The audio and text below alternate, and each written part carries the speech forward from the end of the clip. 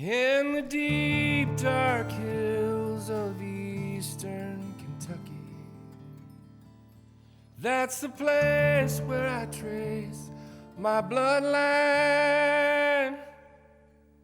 And it's there I read on a hillside gravestone, said you will never leave Harlan alive.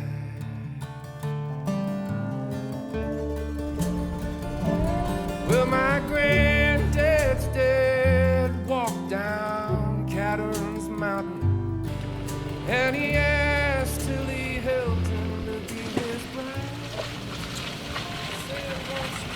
In January of 2017, I was invited to join the East Tennessee Overlanders and Bold Overland on an adventure into the deep, dark hills of eastern Kentucky. The timing couldn't have been any better, since we just happened to be visiting family in Tennessee at the time. So I called up an old friend who also loves overlanding and headed off for a much-needed weekend of adventure. After meeting up with the Knoxville, Tennessee members, we caravanned to the Kentucky border and joined the main group of Overlanders. With our convoy now numbering 20 vehicles strong, we said our hellos, then made our way towards the Appalachian Hills in a previously explored route provided by the good folks at Broken Spoke Overland.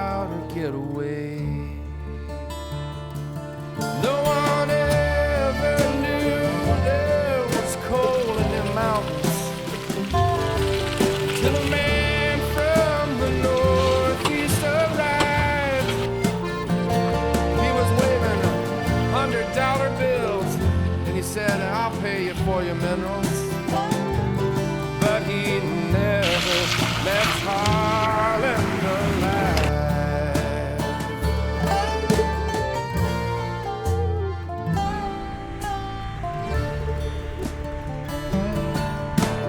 Well, Granny, she sold out cheap, and they moved out west of Pineville to a farm where big Richland River winds.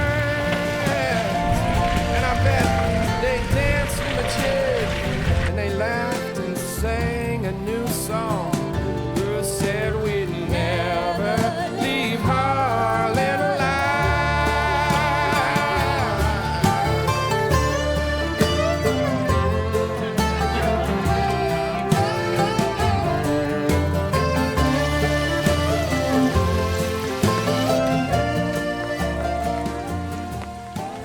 Steady rains over the past couple of weeks made even the milder portions of the trail a slippery mess, and it wasn't long before alternative traction methods were called into service. It's not always easy to swallow your pride and admit your mistakes when surrounded by a crowd of onlookers. But like it or not, I made a rookie mistake when attempting to climb this steep muddy hill by leaving traction control engaged. Thankfully, Tommy with Bold Overland pointed out that traction control should be off in these muddy situations, and the next attempt was a success. But he never left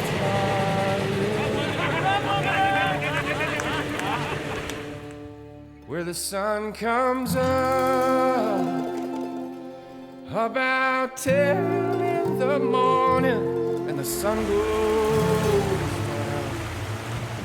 about 3 in the day, then you fill your cup with whatever bitter brew you're drinking, and you spend your life digging coal from the bottom of your grave, and the sun comes up about 10 in the morning, and the sun goes down, down, down.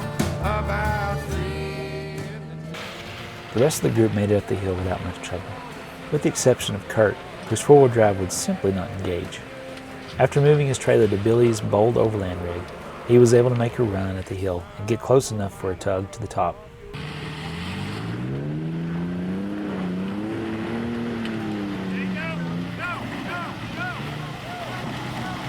After overcoming our worst obstacle yet, spirits were high as we again dove into the Kentucky undergrowth and began making our climb out of the valley.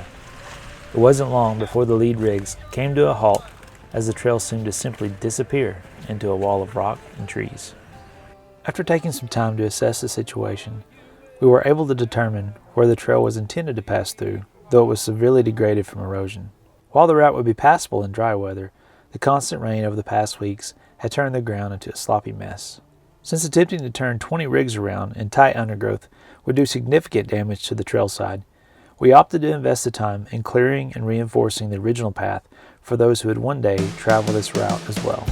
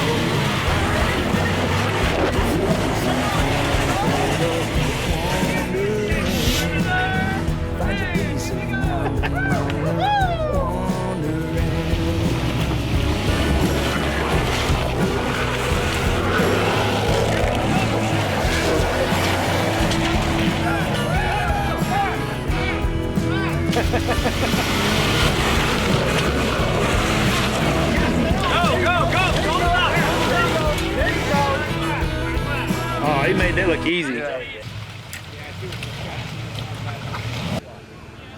If you're in full load, it makes sure. Yeah. Can I try eight track? Yes. Hit it! Go!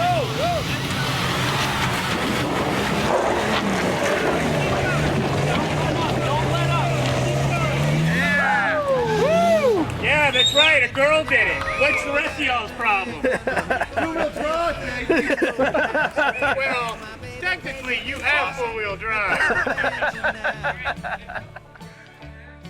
After 2 hours of clearing, winching, and traction matting our way through the ravine, the convoy made it through. With our stomachs growling, we headed for a nearby clearing and set up camp for the night. While we didn't cover many miles in this day's adventure, we made great friends while working together to overcome each challenge along the way. Another valuable outcome from the day was that we each learned a bit more about our own overlanding techniques and rig abilities in some very nasty conditions, which would serve to boost our confidence and skills whenever we encounter these types of obstacles in the future. As we sat around the fire and recounted the weekend's adventure, it made me love this overlanding community even more. The instant connection and lasting friendships you walk away with are hard to come by these days with our rat races and social media-based interactions. The bottom line is that you simply can't substitute time spent around the campfire with a group of individuals who work together all day long to ensure the safety and overall success of the rolling community.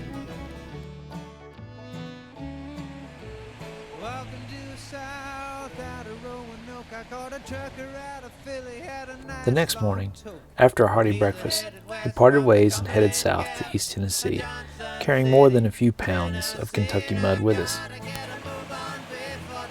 Lifestyle Overland would like to thank East Tennessee Overlanders and Bold Overland for inviting us to be a part of this event. We had an absolute blast. If you guys ever make your way to New Mexico, be sure and look us up so we can return the favor.